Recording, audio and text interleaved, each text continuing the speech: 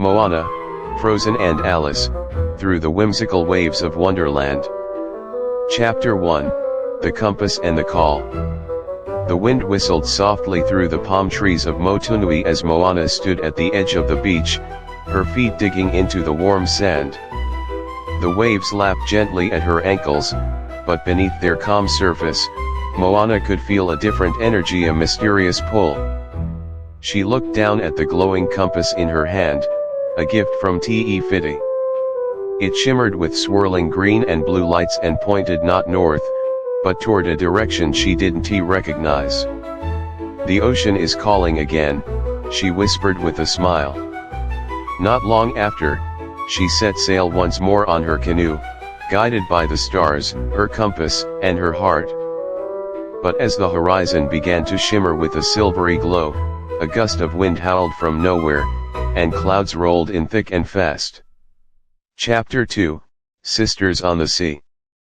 Far away in Arendelle, Elsa stood at the top of her ice balcony, watching the wind twist unnaturally in the sky. "This magic.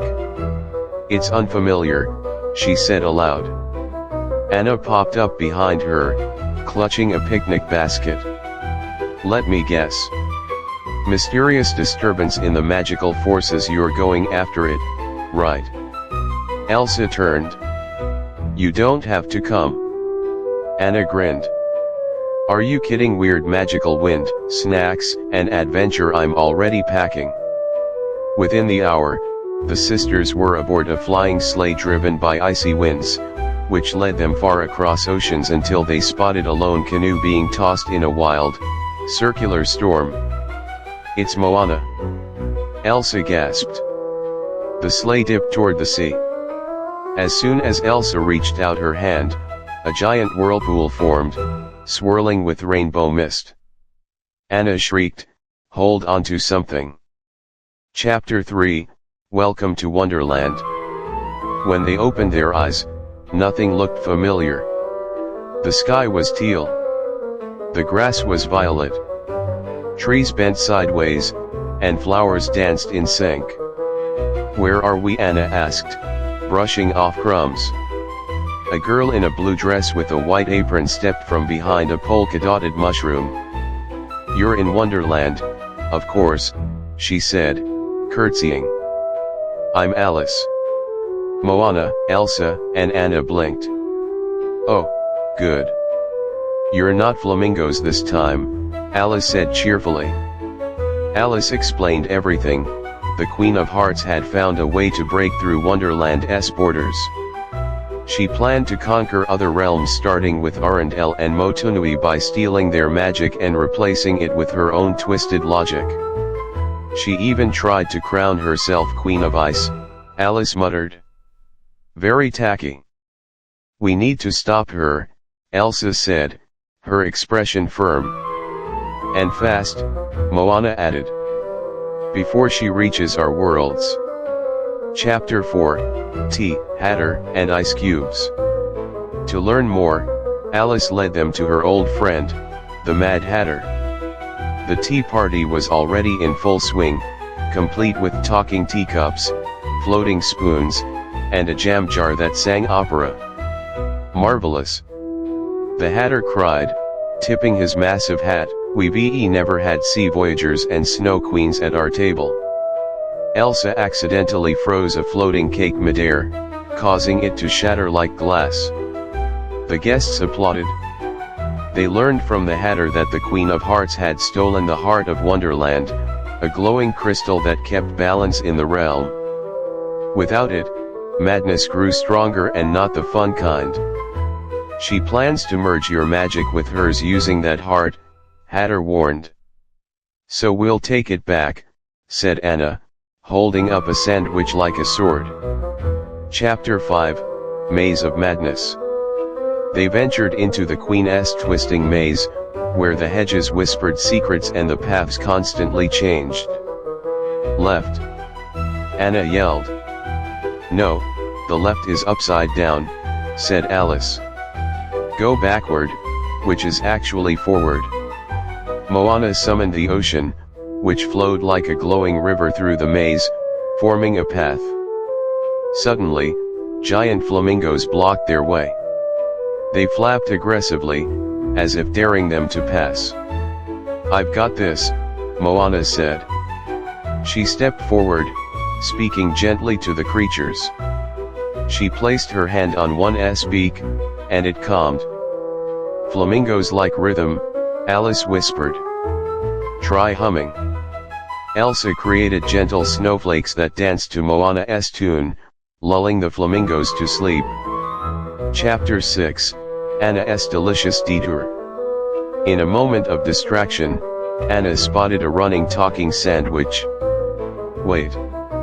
Come back, you glorious snack," she shouted, chasing it down a side path. She fell into a room filled with bouncing bread, flying jelly jars, and a giant cucumber throne. A noble-looking sandwich wearing a monocle spoke, "You have trespassed into the pantry of puns." Anna replied, "That's okay, I'm full of cheesy lines." To escape, Anna had to solve 3 food-related riddles and win a bread duel. She did so, sword fighting with baguettes until she earned the right to leave with a royal sandwich in her pocket. Chapter 7, Frozen Showdown. Meanwhile, Elsa, Moana, and Alice reached the Queen's fortress. The Queen of Hearts stood at the top of an icy balcony, wearing a sparkling stolen crown. "Ah, guests," she sneered. "Let us play." With a flick of her wand, she summoned frost giants made of broken Wonderland glass. Elsa raised her hands, launching icy spirals at the monsters. Moana called the ocean, forming a shield. The Queen laughed. "Your powers are mine now." She tried to use the Heart of Wonderland to drain Elsa's magic. Elsa fought back, locking eyes with Moana. "Now!" Moana shouted. Moana threw her magical oar, which struck the heart midair. Elsa used her powers to freeze the Queen's spell. Alice darted in and grabbed the heart. Chapter 8, The Heart Restored. Back at the central garden, the 4 girls placed the Heart of Wonderland back into its pedestal. A wave of brilliant color and harmonious music swept over the land. The sky turned golden blue, the trees straightened, and the flowers giggled with joy. The Queen of Hearts, now powerless, was shrunk into a tiny playing card and fluttered away in the wind. Wonderland was safe. "Balance is back," Alice whispered, smiling. Elsa hugged Anna. "You didn't get eaten by a sandwich, right?" "No, but I did beat one in a duel," Anna grinned. Chapter 9, Farewell to Wonderland. That night, the Mad Hatter hosted a farewell unbirthday party in their honor. Everyone danced, including teapots, chess pieces, and one very smug sandwich prince. Alice gave each of them a small gift, a piece of the Wonderland map, in case they ever wished to return. As the river of dreams formed beneath them, Moana's canoe floated in, glowing with soft light. "Time to go," Moana said. "But I'll miss this place."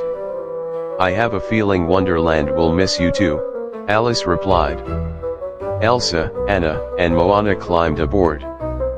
The canoe sailed upward, not through water but stars. Epilogue, New Horizons. Back in Arendelle, Elsa placed the map piece in her study. Moana returned to Motunui, where she told stories of singing sandwiches and magical mazes. Alice remained in Wonderland, journal in hand, wondering what magical journey might come next. In different realms, their adventures continued. But they all knew should the magic of friendship ever be needed again, they'd find their way back to each other. And maybe even back to Wonderland.